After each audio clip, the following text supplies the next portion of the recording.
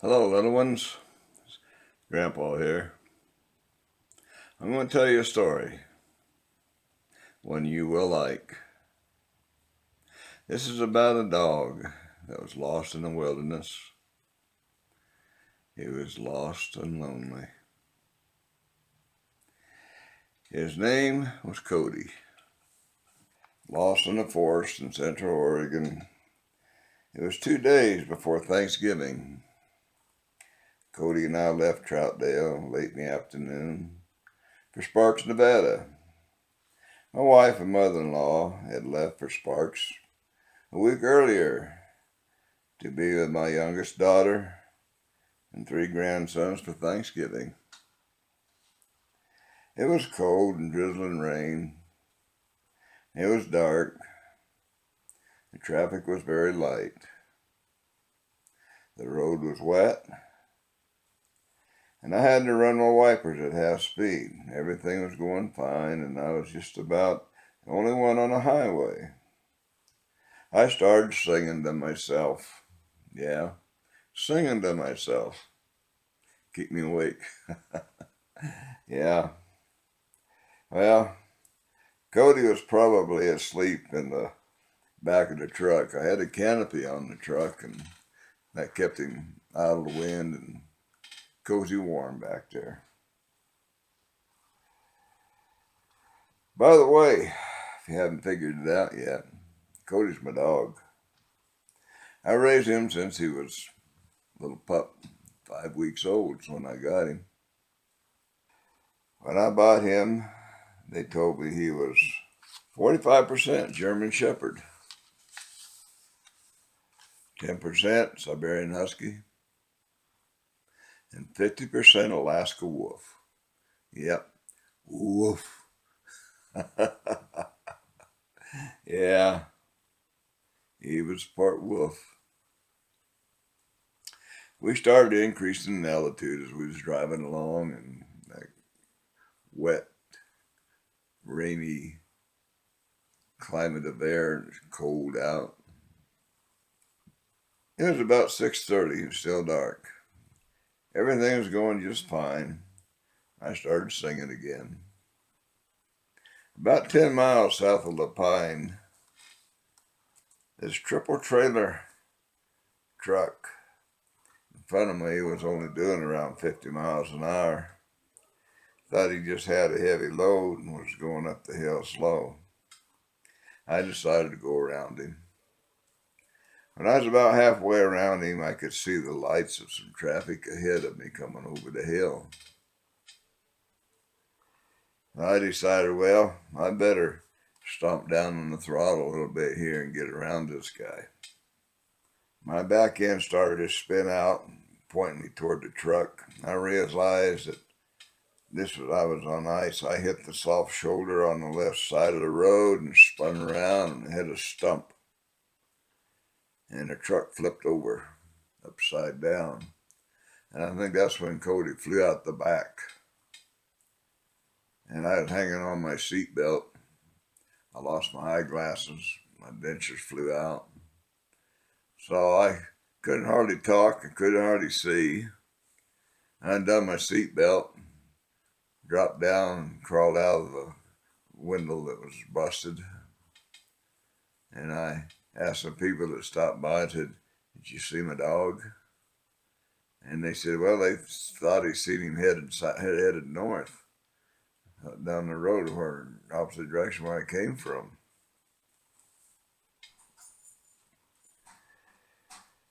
My left shoulder was in moderate pain, and I was bleeding from scratches from the flying glass. Yeah. State police stopped by to see if anyone was hurt. He called me a tow truck and left. Closest town was Crescent City, just up the road a little ways over the hill. The driver said I was the 5th accident he towed off this morning. He let me out at a small restaurant on the left side of the road as we going into town. So I called a good friend of mine, just happened to live in south of La Pine, ways. So he came up, picked me up at the restaurant. I asked Jerry, I said, take me to the nearest Chevrolet dealer. I need transportation. So he did. I went in there and I talked to the salesman and told him what kind of truck I wanted. He showed me one just exactly like I wanted. I said, okay, I'll buy it. So I bought the truck, and about an hour later or so, we drove out. Jerry and I commenced looking for my dog. Yeah, we searched for Cody everywhere. And we drove all over. There was probably 100 square mile area we searched. Well, I had to be home because I had to go on graveyard shift that evening. So I left Jerry's house and headed on back to Troutdale. When I got home Sunday evening, I checked my recorder, phone messages, and there was a message on the recorder from a young man that said he had found my dog named Cody.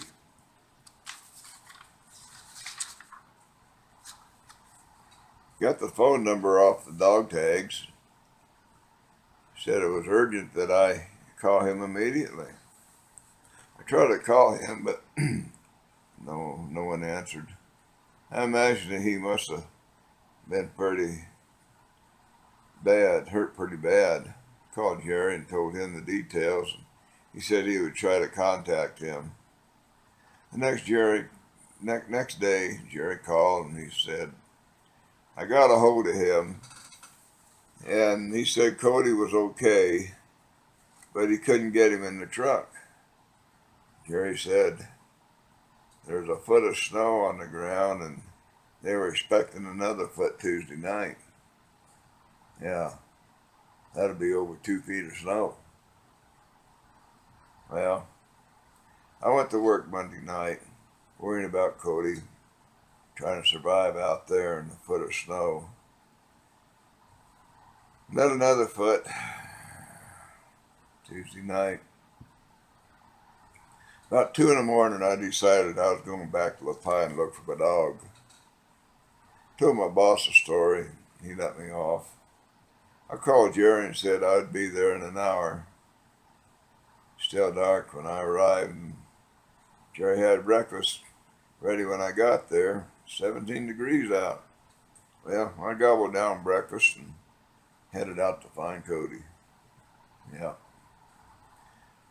Following the directions the logger Wayne gave Jerry, we found the logger early that morning. Wayne said he heard a loud bark, and he turned around and he saw Cody. It scared him at first. He thought it was a wolf. His son Dan called him over to where they were, and they was able to pet him. He was able to get his name and phone number off the dog tags. Cody loves kids. Oh yeah. I got a lot of grandkids, 25 of them. And I got 4 great-grandkids. So I know about kids. They love dogs. Well, Cody loved them too. They just played with him when they come over. But anyway, they tried to get Cody in the truck, and he snapped at him. Yeah, Cody was afraid to get back in the truck. He was scared he'd get thrown back out again and probably get hurt, lost. So they had to leave, and they headed on out. When they left, Cody started howling. Yeah, he was crying all alone out there in the wilderness. Oh my goodness, that poor puppy. Yeah, all alone. He started howling, and he was really crying to be out there by himself again. Yeah, he was lonely out in the forest, deep snow. Logger was 10 miles from where the accident happened. He told us where Cody was and said what direction he thought he might have gone. Dan looked most of the day, Monday, for him. Jerry and I headed out in that direction. Jerry was driving and I was calling, listening for him. There was all kinds of tracks out there. Coyote, wolf, deer, elk, rabbit, badger. Yeah, there's a lot of activity out there in that forest. We drove through the forest, all the logging roads we could find. We burned out a tank of gas, so we headed to town for more gas and a sandwich. Yeah, we were getting hungry. Yeah. We went to the logging company's office near Crescent City. And I was going to ask them to call the log truck drivers and watch for Cody. It was about 1:30 when we got there. I went in to talk to them and I gave them a description of Cody. When she heard the description, she said, "I seen your dog about 10:30 this morning." I was getting excited now. She gave me directions on where she had seen him. The truck driver walked up to the desk and he said, "I seen your dog about an hour ago." It wasn't too far from where the girl said she'd seen him. I was really getting excited now. I went out to my truck and I told Jerry the news. He got excited. Also, he got excited also. We were about to give up hope. He knew the area where the driver said he had seen Cody. We headed out to the hunt area. We looked and hunted. We found all kinds of tracks, coyote and wolf and other dogs. It was starting to get dark out and it was going to snow big time tonight. And I prayed and I asked the good Lord and I said, "Help me find Cody." I was really hurting. I was wanting my doggy. Yeah. And I said, "Lord, he was a good dog. He was a kind dog. He never bit anybody. He loves children." I said, "Lord, please don't let him die out here in the deep snow." We came across some tracks. I had a strong feeling they were Cody's. I told Jerry, "Pull over. Pull over, Jerry.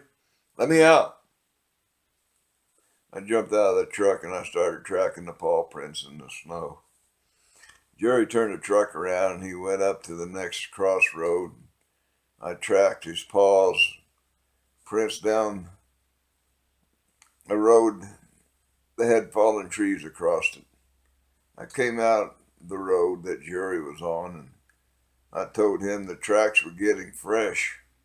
I said the log trucks hadn't driven over them. Jerry drove on ahead to the next crossroad and stopped the truck. He got out and I had almost caught up with him and he turned around, he looked down the road. He said, "There he is." "There he is. There's my doggy." Oh boy, was I happy. Yeah. I yelled out, "Cody, come here." Yeah. He recognized my voice and he come trotting over to me. He had his head down, his tail wagging, and he was like he was saying, "What took you so long to find me?" Jerry brought along some dog food and fed him. Cody had been hungry. Yeah, been out there over a week. I bet he was hungry. He gobbled down the dog food. Cody didn't want to get back in the truck, so I had to pick him up and I put him in the cab. We went back to Jerry's house, ready to fix another great supper. It was so cold out that Jerry let Cody stay in the house. Yeah, let him stay in the house where it was warm. You know, when I prayed and asked the good Lord to help me find my dog, he acted fast because it was just 5 minutes and I found him. 5 minutes from the time I asked the Lord to help me find him. It was only 5 minutes and there it was. Yeah, yeah, you got to trust the good Lord. All you got to do is be humble, sincere, and pray. And He'll answer your prayers. Yeah, at the bed that night, Cody curled up next to my bed, went to sleep. I thank God for helping me find Cody. The next morning when I got up, there was 14 inches of fresh snow on the hood of my truck. Wow, 14 inches. That meant there's 28 inches of snow out there on the ground, out there where Cody was. Wow, he would not have survived that snow that night. Well, I thank Jerry and Brenda for their hospitality, help in finding Cody, and I headed home. And I was driving home, I got to thinking that there's a lot of lost and lonely people out there. Yeah, just like Cody. No hope, nowhere to turn. But you know what? There's someone with us all the time. Yeah, there really is. All you have to do is be sincere and humble and talk to him. His name is on our U.S. currency. Yeah, in God we trust. He's always with us, and He'll never leave us. Well, Cody and I lived happily ever after. Okay, kiddies. Sweet dreams. Have a good night's sleep. Nighty night.